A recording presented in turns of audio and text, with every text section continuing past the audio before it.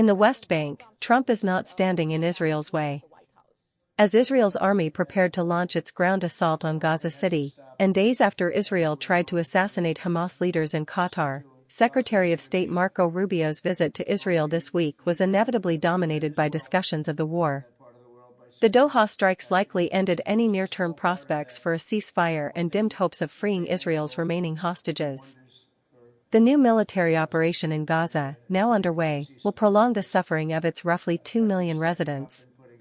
While it deservedly gets most of the attention, Gaza is far from the only looming crisis on Israel's borders. The past several weeks have also seen an acceleration of Israeli plans to take over, if not formally annex, the West Bank, a development that would almost certainly lead to more violence and further turn Israel into a pariah state in the eyes of most of the world.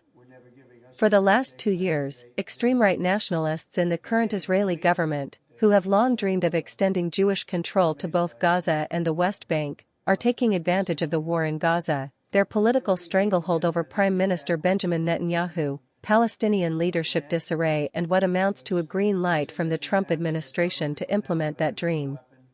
Without international action to stop it, it could soon become reality, and a nightmare for Israelis and Palestinians alike.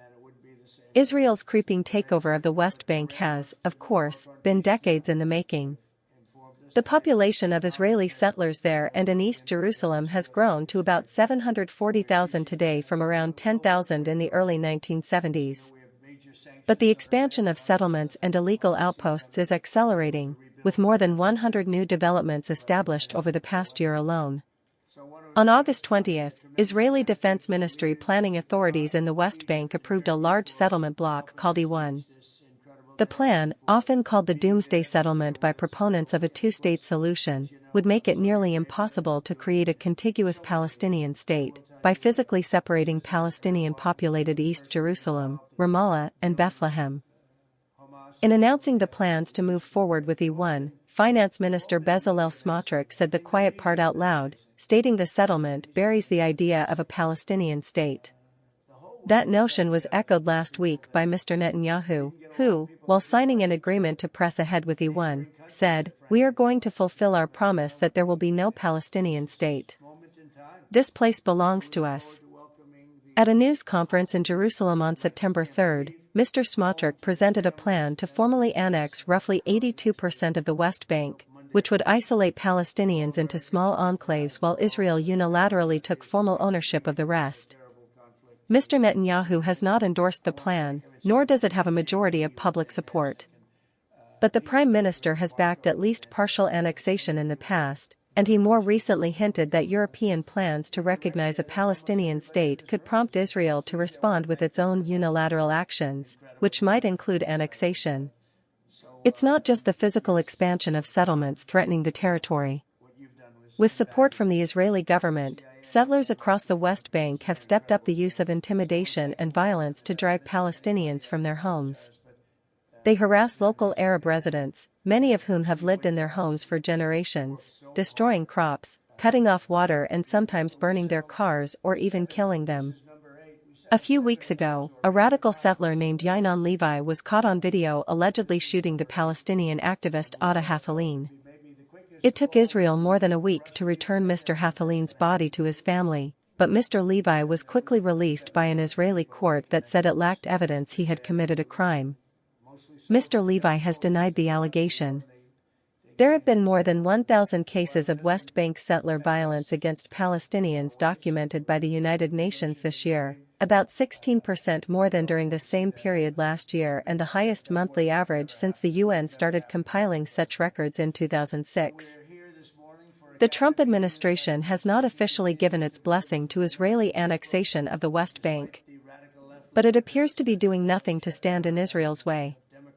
When asked about the possibility of annexation earlier this month, Mr. Rubio said only that annexation is not a final thing, and it was being discussed among some elements of Israeli politics.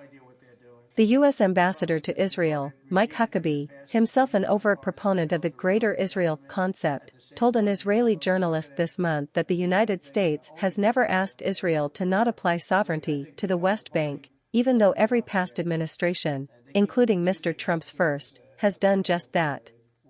Similarly, whereas every past U.S. administration in recent decades has opposed and helped to prevent the building of E1, Mr. Huckabee said it was a decision for the government of Israel to make.